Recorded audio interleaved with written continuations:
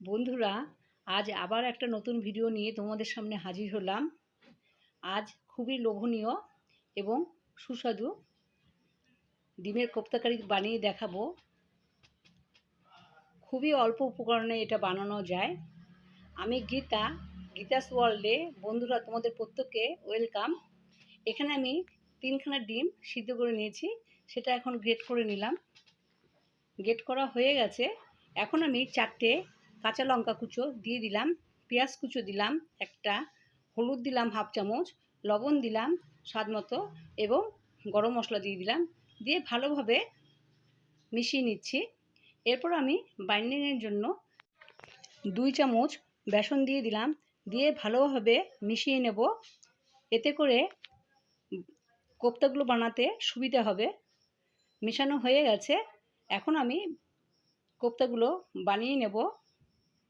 হাতের মুঠোর সাহায্যে প্রত্যেকটা বানিয়ে নিচ্ছি।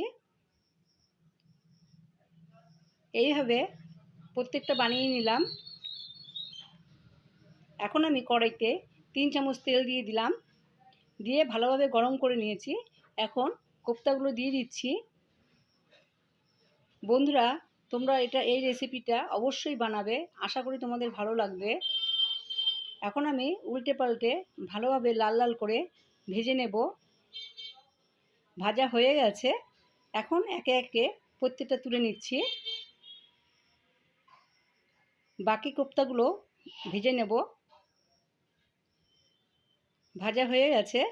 এরপর আমি ওই তেলের মধ্যেই সামান্য জিরা দিয়ে দিলাম, তারপরে একটা শুকনো লঙ্কা ভেঙে দিয়ে দিয়েছি এবং পেঁয়াজ কুচো দিয়ে দিলাম হাফ। এরপর আমি ভালোভাবে নাড়াচাড়া দিয়ে নিয়েছি। এদিকে আমি শুকনো লঙ্কা পেস্ট করে নিয়েছি এবং আদা বাটা, রসুন বাটা এবং পেঁয়াজ বাটা দিয়ে দিলাম। দিয়ে ভালোভাবে ভেজে নেব। ভালোভাবে কষিয়ে নিতে হবে। এখন আমি হাফ চামচ জিরে গুঁড়ো, হাফ চামচ হলুদ গুঁড়ো ও সামান্য লবণ দিয়ে দিলাম। দিয়ে সেটাকেও ভালোভাবে মিশিয়ে নিচ্ছি। কিছু সময় ধরে ভালোভাবে মিশিয়ে নিতে হবে। এখন আমি হাতের সাহায্যে একটা সিদ্ধ আলু ম্যাশ করে দিয়ে দিলাম। এতে করে গ্রেভিটা ঘন হবে এবং খেতেও ভালো লাগবে। আলুটাকে ভালোভাবে মশলার সাথে মিশিয়ে নিয়েছি। কিছু সময় ধরে ভেজে নিলাম। ভাজা হয়ে গেছে। এখন আমি 3 কাপ জল দিয়ে দিলাম, দিয়ে ভালোভাবে নাড়াচাড়া দিয়ে নিয়েছি। তারপরে আমি ঢাকা দিয়ে দেব। মিনিট 3 পর ঢাকনা খুলে কোপ্তাগুলো দিয়ে দিচ্ছি। কোপ্তাগুলো দেওয়ার পর ভালোভাবে নাড়াচাড়া দিয়ে নিলাম। দেবার পর আবার ঢাকা দিয়ে দিলাম মিনিট 3 জন্য। তারপরে ঢাকনা খুলে গরম মশলাটা দিয়ে নেব।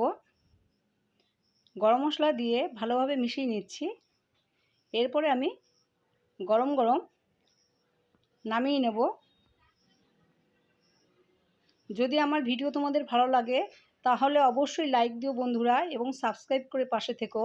আর আমার যেসব নতুন বন্ধুরা এখনও সাবস্ক্রাইব করোনি তাদের কাছে অনুরোধ, তোমরা ভিডিওগুলো অবশ্যই শেষ অবধি দেখবে এবং সাবস্ক্রাইব করে দেবে। একটা ভেঙে দেখাচ্ছি তোমাদেরকে। আজ এই অবধি।